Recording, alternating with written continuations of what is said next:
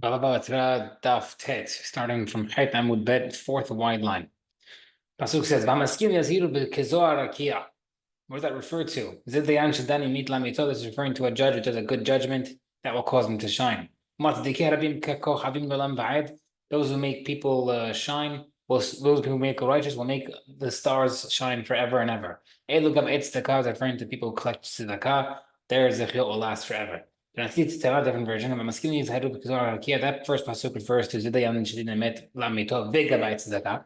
That pasuk referring to judges and charity collectors. And people who make stars shine forever, who teach children. Who does that? What type of teacher referring to? Amar Rav, Rav Shemuel bar Shilat. This rabbi was very dedicated to his Talmidim. Rav one time found this rabbi standing in his garden. Amar le, did you lose your job? Like, what are you doing here? Amar le, he answered him, because I've been so busy with my students, I haven't been in my garden for 13 years. And still I'm thinking about them. That type of teacher will make students shine forever because his mind's always on them. But my words, what do Chachamim written about them? Those who love Hashem, the sun shall shine for them forever. They have the most amazing zechiyot. Charity collectors, when they're collecting money, should not separate from each other while collecting. But one guy can go to the gate of the city and one guy can go to the store to collect at the same time. It doesn't look like they're having anything suspicious. We don't want anybody to look like they're stealing. They find money. So don't put it in his pocket, because it looks like he's taking money from zakat to put in his pocket. Rather, you should put it into the charity box. When he's in his house privately, he should take it out. Similarly, someone owed him money, they paid him in the street. So don't put it in your own pocket. Same reason. Put it in the car box, and then take it back in your house privately. Let's say there's charity funds that have no people to give the money, and now you have extra coins that might get ruined. Exchange the coins for better value coins with other people. But don't exchange them with yourself because it looks like you're stealing. You might give yourself a better rate. Also, people in charge of the soup kitchen of the city, if you have no poor people to give the food that you don't want to spoil, sell it to other people, but don't sell it to yourself for the same reason. It might look bad.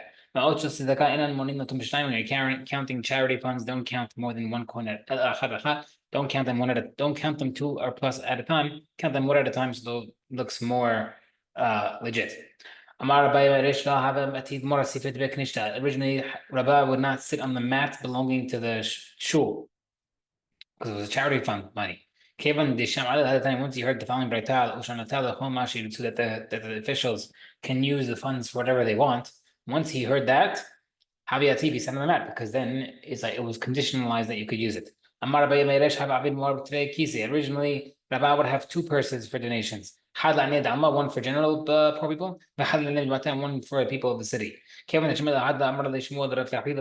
he heard this thing that Shmuel told Tachlifa, make one purse, make a condition with the community that when they're donating, you're going to give they make their own. You're making a condition that it's up to my discretion. You don't need a condition to hold the kaati. Whoever wants to donate money, they're coming to give it to me, that I'm going to give it out of his own discretion. Then I'm giving it to whoever I want, and therefore I don't need any specific conditions. It's already understood. There were two butchers. They had a condition between themselves. Whoever slaughters an animal on the day from his friend, right? So basically that means back then there was never 50 butchers and everybody had business. One butcher at a town, or one butcher per day, would have their day. I sell meat on Tuesday, I would slaughter animals. Because if I slaughter an animal on Tuesday and I don't have it, and I can't sell it, then it's gonna spoil. So they would say, okay, butcher A, you're on Sunday, butcher B, you're on Monday. What if you didn't listen? They made a deal. They could ruin the other guy's animal hide to prevent him from benefiting. One time the guy did it on the wrong day, and they ruined the guy's hide. They said you have to pay. You have no way to pay to do this to other people. He had a question.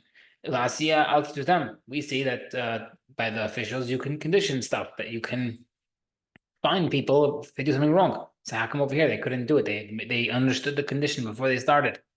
Where it says, Lo ahad Rava. Rava didn't answer him. Amar Papa Shapir Abad Lo he didn't answer him because he had a good reason. When can you take matters into your own hand when there's no administration or rabbi or hashu person in the city? If there is someone in the city that could take care of it, don't take matters into your own hands.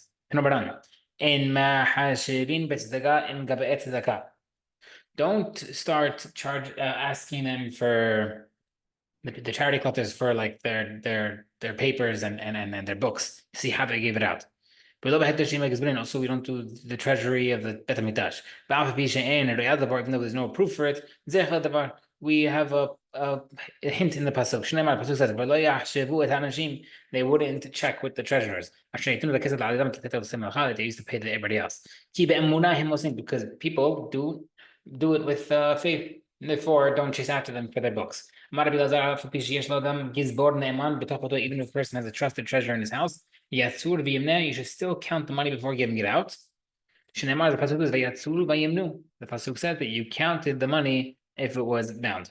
When a poor person comes to ask food, you investigate to see if he really needs it, but you don't check if he needs clothing. If he requests clothing, you give it to him. We have a pasuk for that and a logical argument for that. The logical reason is if he's coming for clothing, he's not going to be dressed nicely.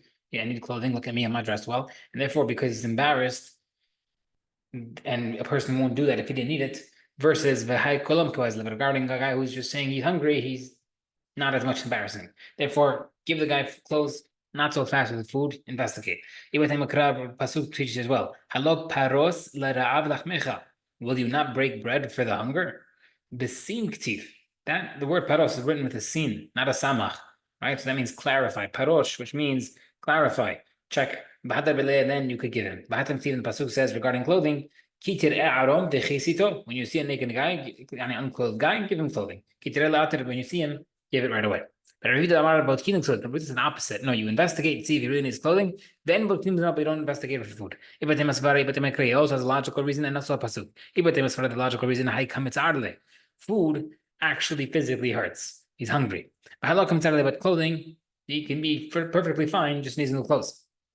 Therefore, you can check into the clothing, but you don't check into food, food.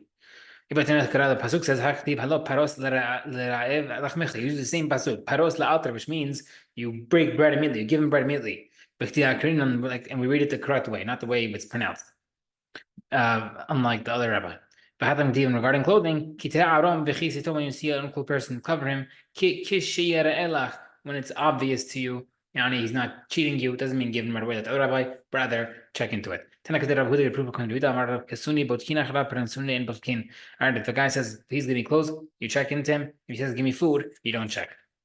The Mishnah says, you don't give a poor man charity, he's traveling from place to place, less than a certain amount of money for 4 sa'as, which is like 2 meals worth. If he's staying overnight, you give him also supplies for the night. What is that?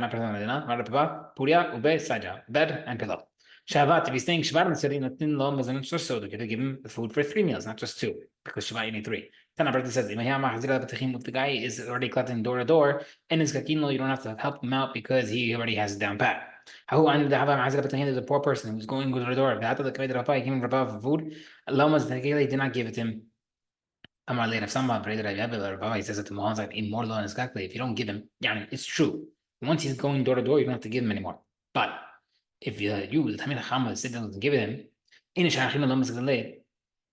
everybody else can see, oh wow, the chief rabbi didn't give him. Maybe this guy's not legit. We shouldn't give him either. Lemut, therefore he might die. Marley tells him, Brother says, poor person's already collecting door to door. You're not gonna have to give him. Marley says, it's true. You don't have to support him with a big donation. Give him something small so that people don't get turned off by thinking that he is fake and will actually help him. A person should always make sure to donate at least a third of a shekel each year. Bare minimum. We see from the Bet HaMikdash, the donation you have to give was a third of a shekel. What the mitzvah of tzedakah is equal to all mitzvot. Shneimar Pasuk says, we took upon ourselves mitzvot, mitzvah in Ptikan doesn't say mitzvot. Mitzvah doesn't say mitzvah single, ela mitzvot means multiple. Okay. The one who causes the charity is greater than the one who actually gives charity. What does that mean? The person has good money, good wealth. If he has blessings, he has to give money. He doesn't have good thing, then people will come. What does that mean? So explanation is, if you have money and you don't give tzedakah, you should give tzedakah. Person who does not give tzedakah, it'll get confiscated by the government, like the Roman government that grabs your money.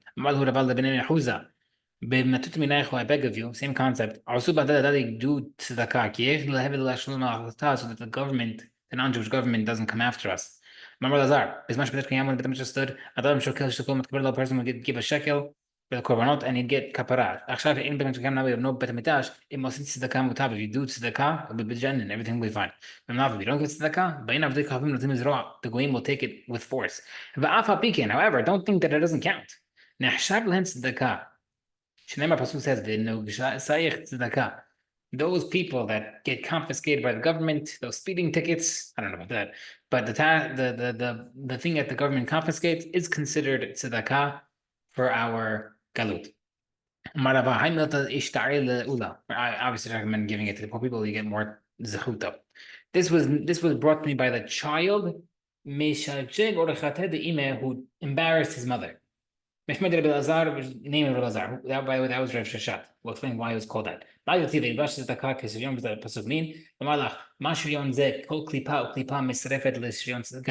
says it's the ka like a piece of armor on the body. So why? Because every single piece of plate of armor is a plate that makes up to a big suit of armor. Also, every single coin of tzedakah adds up to one big zechut. Different version of didn't call tzedakah be like a garment. Just like every string and thread combines into a big garment. After tzedakah adds up to a big mitzvah. Why did Rava call Rosh Hashanah the child that embarrassed his mother? Very interesting story. One time Rabbi Dui asked the question of Shashat. He asked him, how do we know that a mitzvah, a person on tzrat, during the days of counting, he can make someone else tameh if he touches him? I told him, once, because why we know that if he makes clothing tameh, he always makes a person tameh. He says, he says, 1 second. That's different because the clothing touching the mitzvah is different versus a person may not be. Like we know a person who moves the dead body of an animal also becomes tameh, his clothing. Also doesn't make the person tameh. So maybe over here as well. How do we know, for example, he says, okay, I'll bring a different proof. We see from an animal, an insect that dies, it can make a person tameh, because it also makes a clothing tameh. So we see they go hand in hand. So two mitzvah should go hand in hand. Says to him, no, insect is different because the pasuk said, "O ish asher yega b'chol sheretz." Might be this week's parasha. So we see it's a pasuk that tells you there is no pasuk. Rather, it must be from shifat zera, a male zera emission. So we see that a person can become tameh if he touches it. Maybe because it's also from once it makes a clothing tameh, it also makes a person tameh. Right? This is not applying nowadays. Marley answers him, regarding that, also a pasuk says, "O ish, a man that touches the zera will become tameh." No proof for mitzvah. Would respond to Rosh Hashanah each time. Every time Rosh Hashanah would answer him, he wouldn't take it seriously. He would be acting in a humorous way. Halash da'tedra Sheshat. And Sheshat became insulted. And look what happens when a Tamid Hacham gets insulted. Ishtikra Rahatvoy Barami. Rahatvoy Barami became simple. Yani he became dumb. It he forgot his Torah learning for having insulted Rosh Hashanah. Now Rosh Hashanah's mother came to ask him to pray for Rabbi Hadvoi. He started crying for him. She cried and cried, but he didn't answer, he didn't pay attention there. Amra lay, she said to him, look at my chest that I nursed from you. I did a chesed with you, you should do a chesed with me. Once he saw that his mother was very, very serious and distressed, he prayed for the rabbi, and he was healed. So we see that's why he was called a child that embarrassed his mother, because his mother had to embarrass herself for her son to take her seriously to help the other person. Now that we came to this conversation about the mitzvah, Milan, how do we know that a mitzvah makes other people tameh? Ketanya Berta says, Rabbi Shimon ben Yochai Mer, Bar Yochai, Nemar kivus bagdim b'mesit pro. When a person is washing his clothing of the mitzvah during the days of his counting, and also mentions the same concept of washing his clothing when he is a confirmed mitzvah. So we see they are connected by pesukim. Just like over there in the first part, you can make a person tameh. So to Gzer Shabbat teaches you during the day of the counting, you make a person tameh.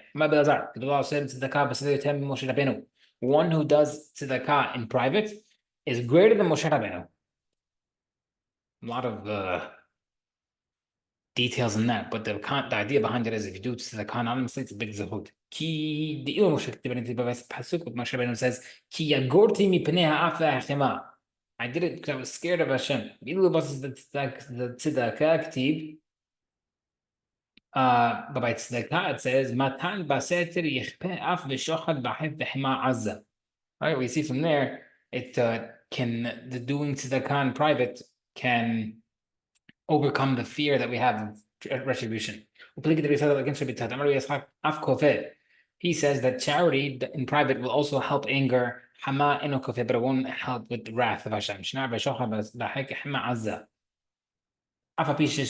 Even though there is a present in the chest, it's charity in private, there still Hashem may still be upset. Different version is that any judge that takes a bribe brings anger from Hashem to the world. Whoever gives a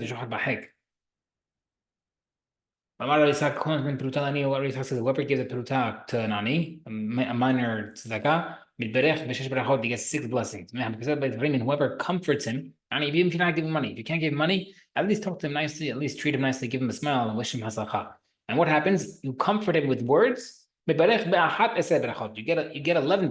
What's the difference? Where we know that a person who gets a peruta gets 6 berachot. The pasuk says, "Allah paros ba'anim berudim tavid abayit titrei arom." Right, many berachot. Pesukim. The one who comforts him gets 11 berachot. שנאמר, ותתהק לרעב בנפשך ובנפש ודענה תשביע. וזרח בחושך אורך ועצלתך בצהריים. More. If you want to look at the pesukim for each one, I welcome you to. All these berachot will come to people who comfort others with kindness. What does the pasuk mean? A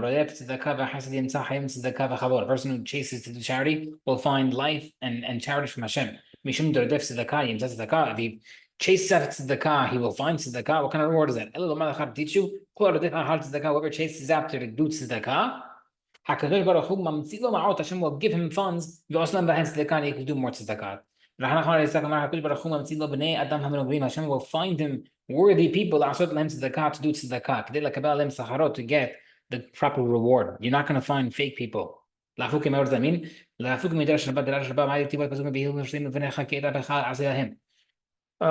pasuk is referring to Yahweh cursed certain men who were trying to kill him. He said that when you give tzedakah to save yourself, Hashem is going to put fake people in front of you who don't need tzedakah, so they won't be rewarded. Even if